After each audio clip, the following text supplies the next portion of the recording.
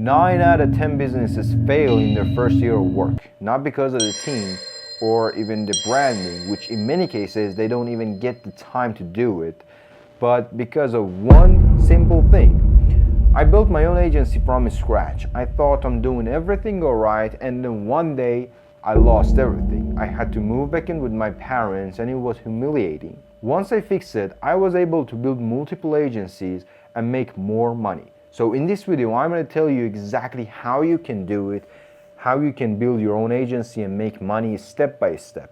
You've probably searched how to make money or how to start a business on YouTube, and you've probably seen the same advice.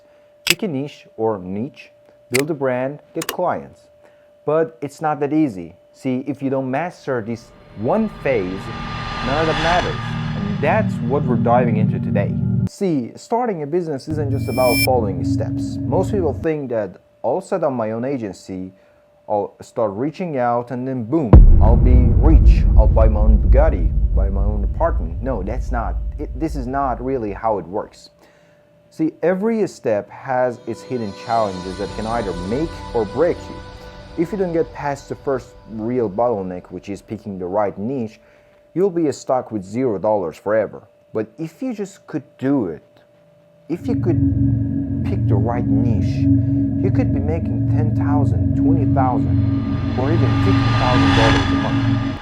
Imagine throwing a dinner party for 50 people from all over the world. You cook your finest dish, package it beautifully, and serve it with confidence. But the second they take a bite, nobody eats. Some are allergic, some don't like the taste, and some of them might not even recognize it as a food. And now you might think that, but my dish was perfect. See, that's where most businesses fail. They craft an offer think worth 10K. But when it comes time to sell, nobody bites. Because they never did the most important homework before they launched their own business. You might be asking yourself, what exactly is that homework that you have to do? It just starts by picking the right niche. In my experience, picking the right niche should come even before you name your business, because when you want to sell something to someone, they don't really care about the name you have, and they care about the quality of your work and the value you can bring them. So picking the right niche helps you bridge the gap between your clients' pain points and their dream result. The problem is, most people think that niches are oversaturated. That's not really true. The real problem is that the offer they have is oversaturated. So let me break down and give you an example. Think about it. If you had two clients, one doctor and the other one a restaurant owner, would you talk to them the same way? No. Would you create the same content for them? Again, no. So picking the niche for yourself helps you first understand how to communicate with your clients, second, how to work with them, and the last one is how to create content for them. So this is the triangle that you want, that you have to cover in order to have the highest quality of the job. All right, let's get tactical. It's time for you to understand the roadmap that leads you toward the niche that you want to work with. I've broken this down into two simple stages, because if you don't master these, your business is dead before it starts. I call the first stage the base. This is where you validate your niche before wasting months chasing the wrong industry. In order for you to understand this stage, you need to check these three things. Number one, commitment. Number two, competition. And the last one is market demand. Let's talk about commitment. Most agency owners quit too early. They jump from niche to niche, never sticking to one long enough to understand what actually works. Think about it.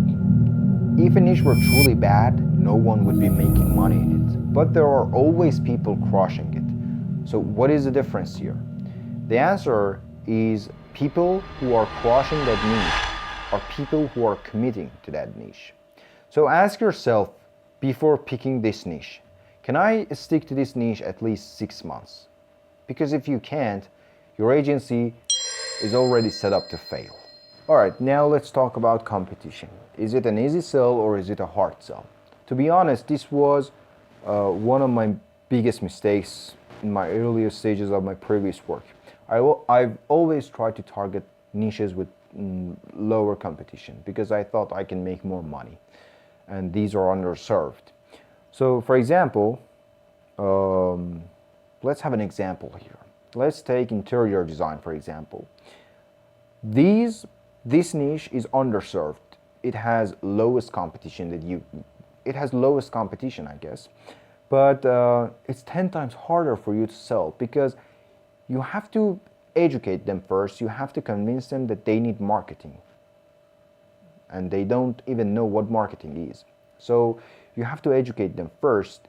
And it means that you have longer sales cycle, lower close rates, and more frustration. But instead, you can choose niches with higher competition because in these niches, they know the value of marketing. So you don't have to educate them and convince them that they need help with their marketing.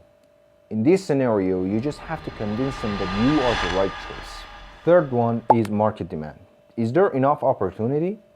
Well, this one is actually simple. It's like a math formula.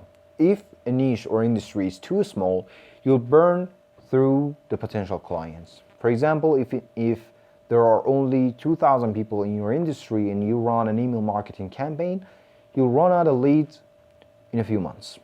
But on the flip side, if a niche is too big, like a real estate or any other big industry, it's like throwing a dart in the dark. There are millions and millions of agents, and unless you niche down within that space, you'll get lost. Ideally, you want a mid-sized industry, not too big that you get lost through potential clients, and not too small that you run out of leads. You want a size that you can dominate within that subsector. All right, let's talk about top niches in 2025. Next time you want to pick a niche, think long term. Do you want to spend weeks chasing a coffee shop just so that they could pay you a couple of $100? Or you want to work with a plastic surgery clinic that bringing them just one client make them like 7,000, 10,000, more than that. And it doesn't even matter to them how much you ask them. So let's do the math. For example, as a coffee shop, this is my example. A coffee shop makes what per customer? It's like $3.50 per customer. And you ask them $2,000. In order for them to pay you $2,000, and it's like here, this is what you ask, and it should be the same just so that they could pay you. Okay, this is you $2,000. They make like what here? They make $3.50 per customer. For them that they could pay you $2,000, they want you to bring in 571 new customers every month so that they could just pay you. And that is insane. On the flip side, if you work with a plastic surgery clinic or a doctor, a dentist, for example, you bring them just one client, they make more than $7,000, more than $10,000, and it doesn't even matter to them how much you can ask. You can ask $2,000 based on the quality. I don't want you to do anything wrong. Just based on the quality you have, if you're an expert or not, you can make $2,000 between $5,000, and that's good. So here are top niches, top 4 niches in the 2025. You can work with plastic surgery clinics. You can work with luxury travel agencies. You can work with private medical practices, and you can work with high-ticket fitness studios. And this one is pretty fun if you don't want to be looking too professional, or if you're not an too professional looking guy. You want to have fun in your work. The high-ticket fitness studios is good. You go there, you take a few shots, you have fun there, and you just come back. At the end of the month, you'll get $2,000 more. If you're serious about building a profitable social media marketing agency with real-world tactics and proven strategies that can help you get more high-paying clients, and book your space here and click that subscribe button right now. On this channel, I'm going to teach you exactly how you can make $10,000 per month step by step. Until next video, stay safe.